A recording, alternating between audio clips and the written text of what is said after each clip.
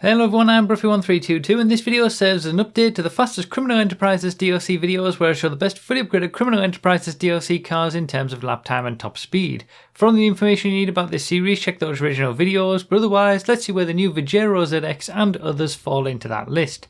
So first up, the Brioso widebody, which is the slowest vehicle from the DLC so far in 12th place. With a 1 minute 16 lap time, it is a good 7 seconds per lap quicker than the regular Brioso 300.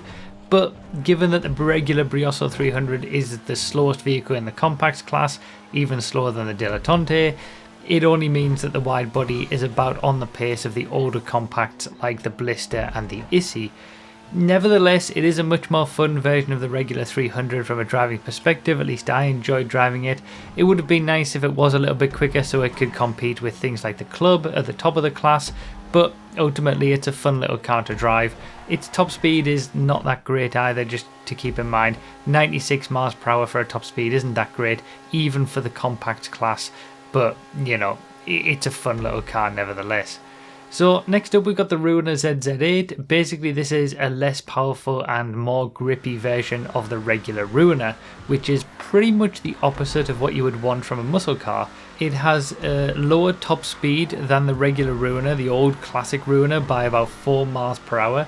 It does have a better lap time by a few seconds, but it's not a particularly interesting car to drive. It's not that great in terms of its position in the muscle class. Yes, 10th is okay, but it's well off the pace of the top cars. It's only a little bit quicker than the previous Ruiner. It's basically, it's just a forgettable vehicle for me personally, and I find the regular Ruiner much more interesting to drive. But yeah, 1 minute 7 lap time is okay. It's just off the pace of sort of the B tier of muscle cars that include things like the Clique and the Yosemite, but yeah, it's nothing that special in terms of lap time or its top speed.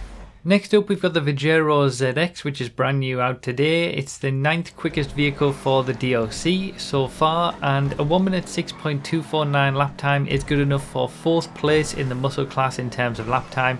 It's just behind the Dominator ASP, but it does have a much higher top speed than the Dominator, so they're probably about even on most regular balanced circuits. You could at least compete with both of them, but obviously in comparison to the very top of the class, a 1 minute 6 lap time is way off the pace.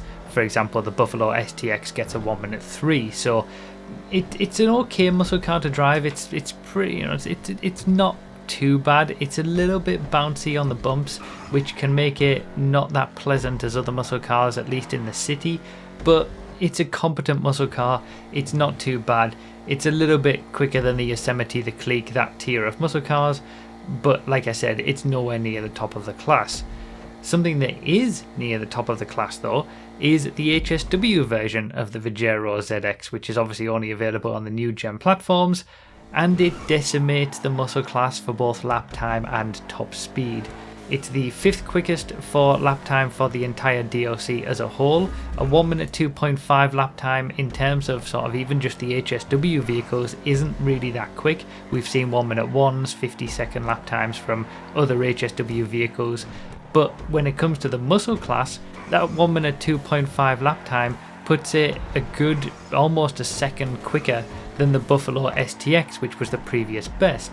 Now, this is still a 1 minute 6 lap time muscle car everywhere else apart from the engine. So the HSW upgrades, all they do is increase engine power, and therefore the grip levels don't improve anyway at all. So it takes a lot to rein in the car with the lack of grip that it has relative to the engine power. For example, in the first sector of the lap, it's not even that much quicker than the non-HSW version, and the Buffalo STX beats it, as you'll see in the comparison, all the way through the lap until we get to the back straight.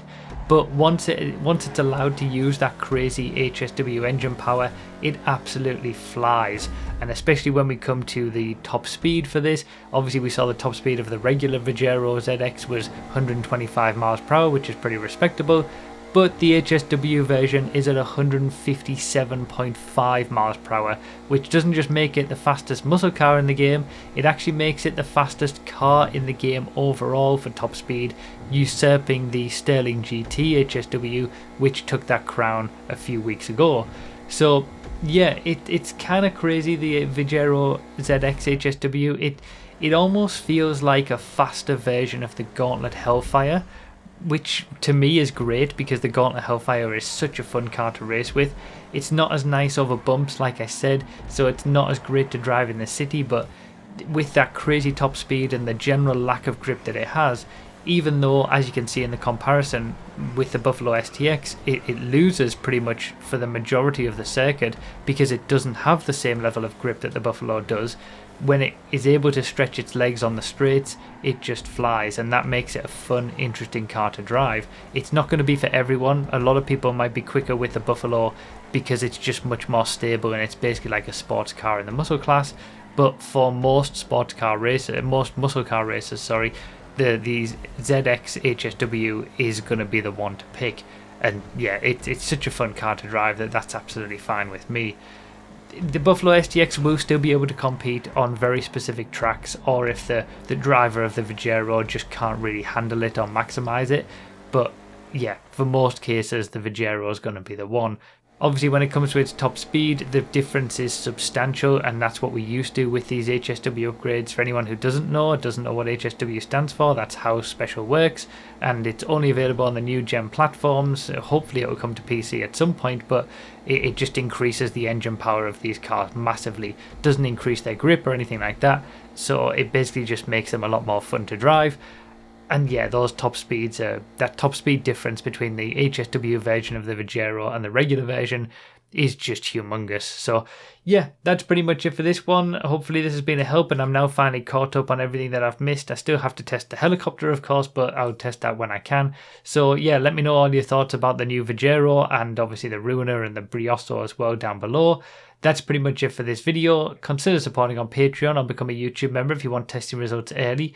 And remember to read the description for more info, comment with your thoughts, like the video if you enjoyed or found it helpful, and subscribe for more. Thank you all so much for watching. I really do appreciate it, and I'll see you next time.